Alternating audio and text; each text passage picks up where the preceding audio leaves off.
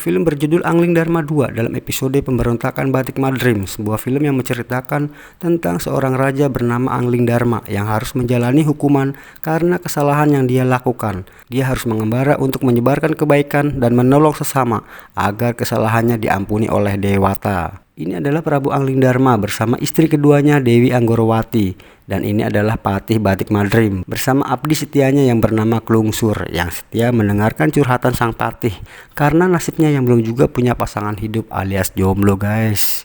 Dikisahkan Prabu Angling Dharma, Raja Malwapati, mendapat perintah untuk melakukan topong rame atau berkelana untuk memberantas ketidakadilan, menolong yang lemah dan menegakkan kebenaran. Selain itu, selama berkelana, Prabu Angling Dharma juga harus melakukan panama tanpa asal-usul dan tanpa kedudukan atau jabatan. Ini dilakukan sebagai hukuman karena Angling Dharma tidak menepati janjinya dan meninggalkan istri pertamanya Dewi Setyowati agar dia mendapatkan ampunan dari Dewata. Selama Prabu Angling Dharma mengembara, segala urusan kerajaan Malwapati diserahkan kepada Batik Madrim, tapi Patih Batik Madrim menolak. Dia lebih memilih menemani Prabu Angling Dharma dalam perjalanannya sebagai bentuk pengabdian dirinya kepada junjungannya itu. Akhirnya dimulailah pengembaraan Prabu Angling Dharma didampingi oleh patihnya Batik Madrim dan seorang abdi setianya Klungsur. Sementara istrinya Dewi Anggorowati ditinggalkan di istana. Mereka mengembara, masuk hutan, keluar hutan, naik gunung, lewati lembah, sungai, mengalir indah ke samudra. Kayak Ninja Hattori guys. Sementara itu, di kerajaan Kertonegoro, sang Prabu Raja Basunanda menerima seorang utusan dari kerajaan Simbarmanyuro yang bermaksud menyampaikan lamaran dari junjungannya Prabu Pancaknyono untuk meminang putri Raja Basunanda yang bernama Kentrusilowati. Namun untuk kedua kalinya lamaran itu ditolak. Rupanya utusan itu sakit hati, sekejap saja dia menghilang dan tiba-tiba Dewi Kentrusilowati pingsan. Rupanya utusan itu membawa pergi Sukma putri Kentrusilowati. Saat Prabu Angling Dharma sedang beristirahat, tiba-tiba mendengar suara wanita minta tolong. Rupanya sepasang suami istri telah menjadi korban perampokan. Sang istri hendak diperkosa dan si suami malah lari menyelamatkan hartanya. Istri mau diperkosa lah, kok si suami malah kabur. Membagongkan sekali kan guys. Prabu Angling Dharma langsung menghajar mereka. Cukup mudah baginya mengalahkan para cecunguk penjahat kelas teri. Prabu Angling Dharma lalu mengambil kalung bergambar tengkorak yang dikenakan oleh para perampok itu. Akhirnya mereka menemukan markas komplotan perampok itu. Segera saja Prabu Angling Dharma menghajar mereka semua. Patih Batik Madrim pun tidak tinggal diam. Dia turut menghajar para perampok itu dan akhirnya kepala perampok itu tewas di tangan Prabu Angling Dharma.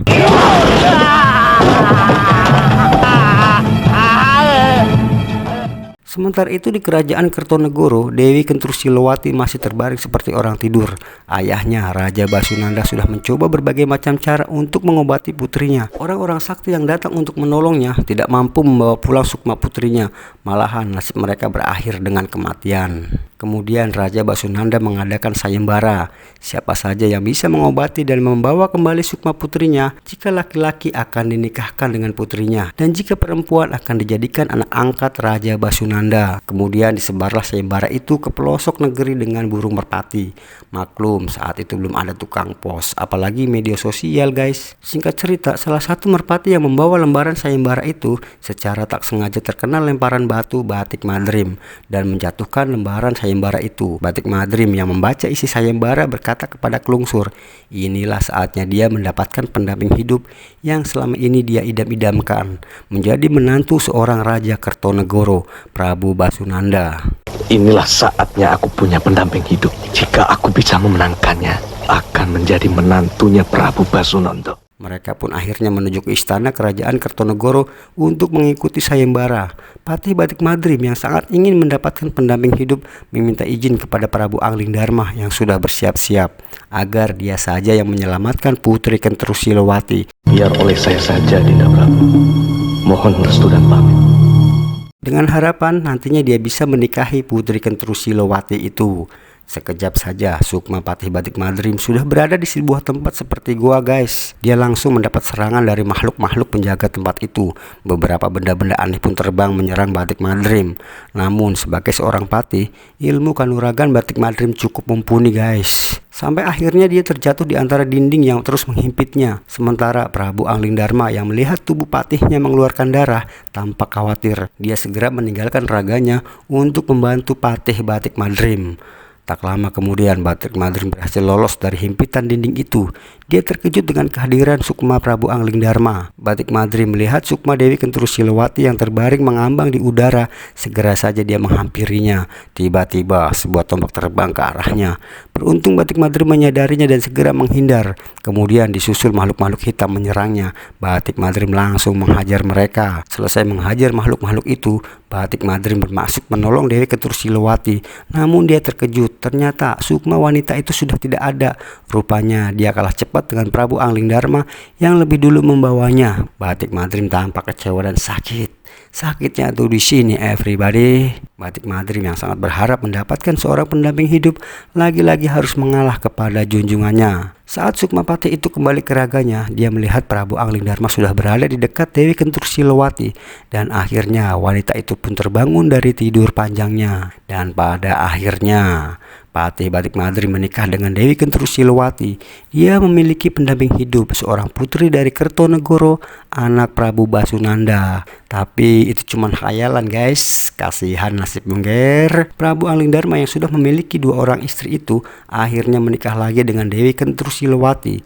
Prabu Basunanda dan semua pejabat kerajaan pun senang dengan pernikahan mereka, kecuali sang Patih Batik Madrim yang tampak sedih dan kecewa karena gagal lagi memiliki pendamping hidup. Dan ini adalah Prabu Pancaknyono, penguasa kerajaan Simbar Manyuro.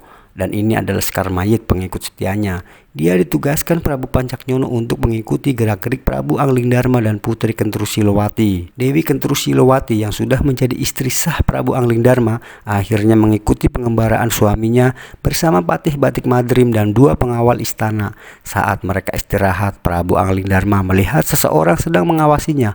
Raja itu memerintahkan patihnya untuk menjaga raganya selama Sukmanya mengejar orang itu. Karena kesal, akhirnya Dewi Kenturu Silawati memutuskan untuk kembali ke istana. Sementara Sukma Prabu Angling Dharma masih mengejar orang itu yang ternyata adalah Sekar Mayit. Akhirnya mereka bertarung. Sekar Mayit yang sudah mulai terdesak mengeluarkan senjata andalannya, menyerang Raja Malwapati itu dengan beringas.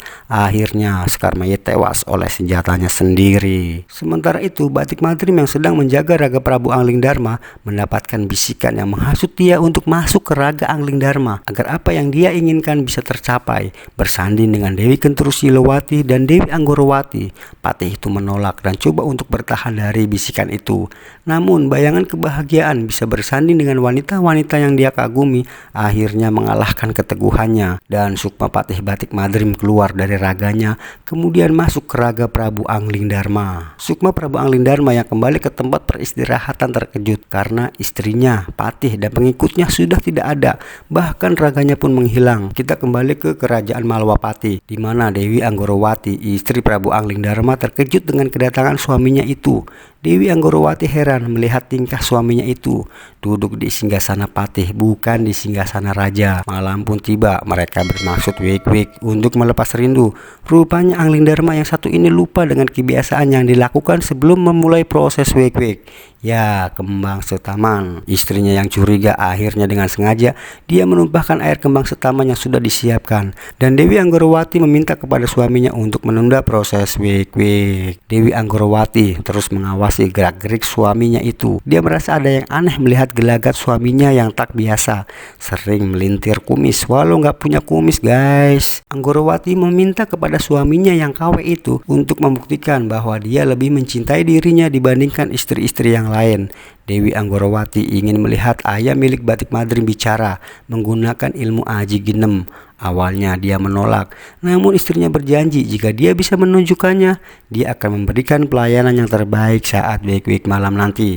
Akhirnya untuk membuktikan cintanya itu, mau tidak mau Sukma Batik Madrim harus keluar dari raga Prabu Angling Dharma dan masuk ke tubuh ayah miliknya. Saat itulah datang Sukma Prabu Angling Dharma dan langsung masuk ke raga miliknya. Kemudian Prabu Angling Dharma memutuskan untuk kembali ke kerajaan Kertonegoro untuk menyusul Klungsur. Namun baru saja dia keluar gerbang istana, sudah ada Prabu Pancaknyono yang menantangnya adu ilmu kanuragan. Akhirnya mereka pun bertarung. 2 orang raja dengan kesaktian yang luar biasa saling serang untuk mengalahkan.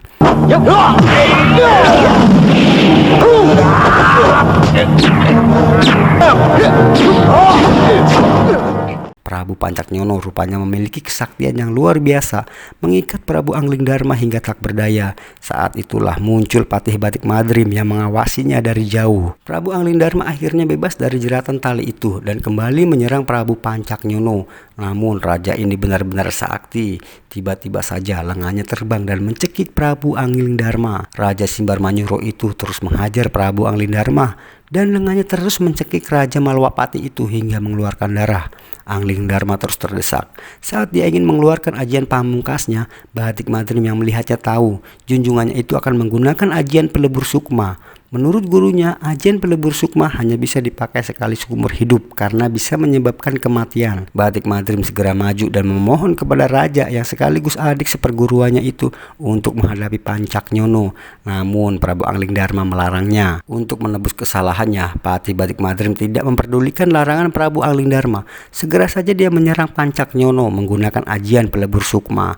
Akhirnya Prabu Pancaknyono itu tewas dan Batik Madrim dalam kondisi sekarat memohon maaf kepada junjungannya itu atas kesalahan yang telah diperbuat. Setelah menerima permintaan maafnya, Patih Batik Madrim tewas dalam pangkuan Prabu Anglingdarma. Karena ketulusan Prabu Anglingdarma yang memaafkan Batik Madrim, dia pun mendapatkan pengampunan dari Dewata dan masa topeng rame yang dia lakoni pun selesai. Anglingdarma, tulusanmu mengampuni Batik Madrim telah menggugah para dewa. Telah tiba tanda-tanda ampunan.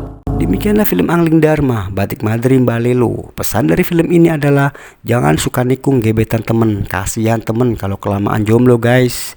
Semoga terhibur. Mohon maaf kalau ada kesalahan. Terima kasih sudah menonton. Tetap semangat dan tetap menjadi manusia luar biasa. Yuk, dadah, bye bye. Wassalam.